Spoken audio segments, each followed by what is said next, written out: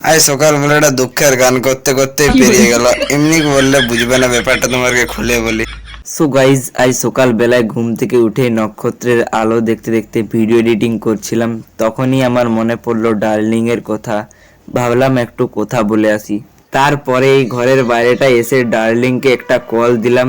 তারপরে ভাবলাম আমার তো ডার্লিংই নাই, তাই আর আমার মন মানছে না, একটা দুঃখের গান চালাই। জানি না কোথায় আছো তুমি, কত দূরে, আমারে মনের কথা যায় ভেসে সুরে। যদি পারো সামনে এসো, কাছে এসে ভালোবাসো। তারপরে আমি আমার বাছুর ছানাখানে চলে এলাম। কি হয়েছে তোর? তোকে এমন দেখাচ্ছে কেন? কি বলবো আর তোকে, এতদিন ধরে একটাও ডার্লিং খুঁজে পাচ্ছি না। ও, তুই এত চিন্তা করিস না, আমিও এমনি একটা সময় পেরিয়ে এসেছি। তারপর দেখ আমার অলিতে গলিতে ডার্লিং।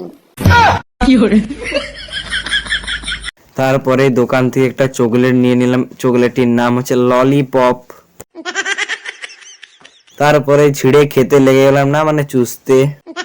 তারপরে ভাবলাম আমার যে কবে অলিতে গলিতে হবে কে জানে।